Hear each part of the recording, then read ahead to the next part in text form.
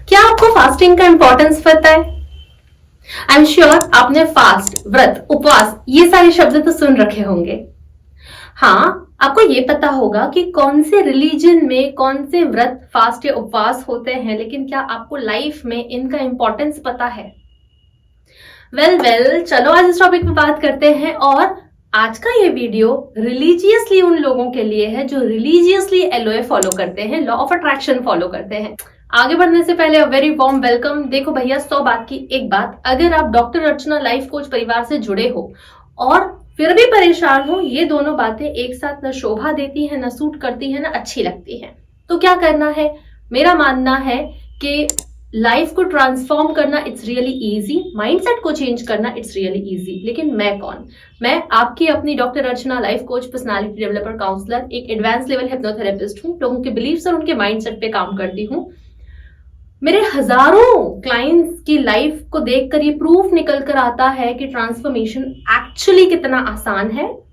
तो अगर आप भी अपनी लाइफ बड़े आराम से, इत्मीनान से बदलना चाहते हो तो चैनल को सब्सक्राइब करो ताकि आपको रिक्वायर्ड गाइडेंस मिलता रहे। ठीक है, अब बात करते हैं अफर्मेशंस की। आप में से बहुत सारे लोग मुझसे अफर्मेशंस पूछते हो कि मैम क्या अफर्म करें।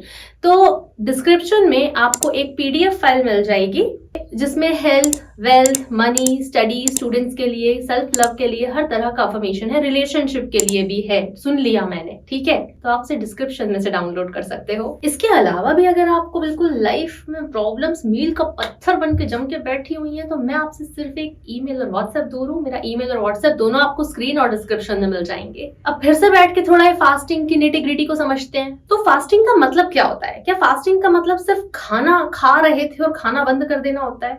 नहीं, फास्टिंग का मतलब ये होता है कि जो भी चीजें आप एक पैटर्न में कर रहे हो, करते ही चले जा रहे हो कंटिन्यूअसली, उस पैटर्न को ब्रेक करना। फॉर एग्जाम्पल, दिन भर हम कुछ ना कुछ काम करते रहते हैं, खाते पीते रहते हैं, रात आती है और हमें दिन भर की जो दिनचर्या होती है उससे ब्रेक मिलता है, वो पैटर्न ब्रेक हो जाता है।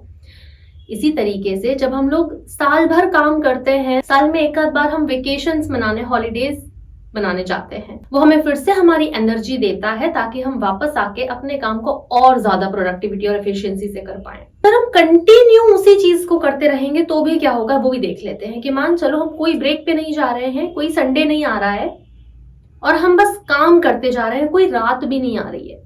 धीरे धीरे हमारी प्रोडक्टिविटी कम होने लग जाती है, हमारे अंदर से एंथुजियाज्म कम होने लग जाता है और चीजें जितने इजीली हो सकती हैं वो नहीं होती हैं, एनर्जी नहीं बच रही। ये होता है फास्टिंग का इंपॉर्टेंस।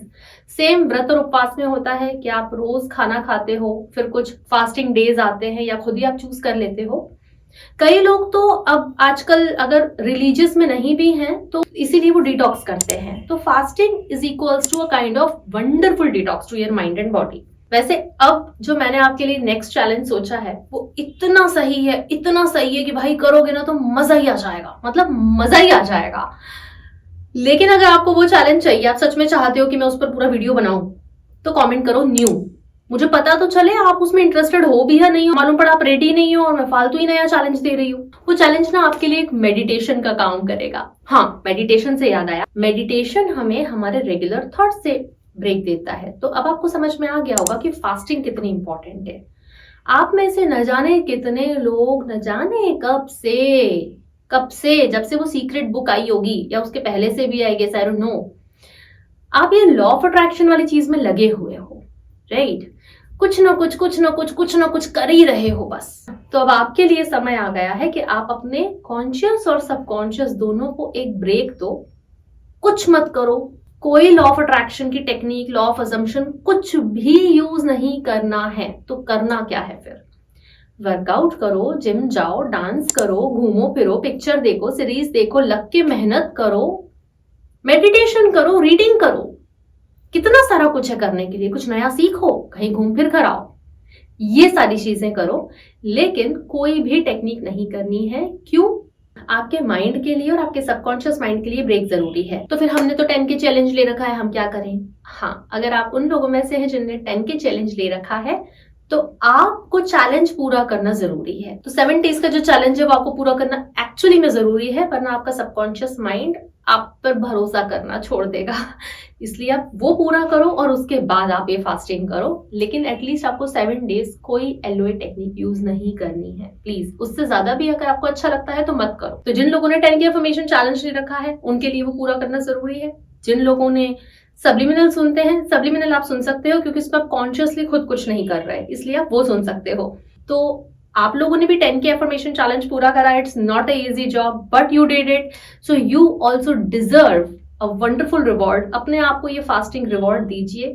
सुकून से 8-10 दिन कुछ मत कीजिए, सिर्फ सब्लिमिनल सुनिए और मस्ती कीजिए। अपना ध्यान रखिएगा। Thank you. नमस्ते।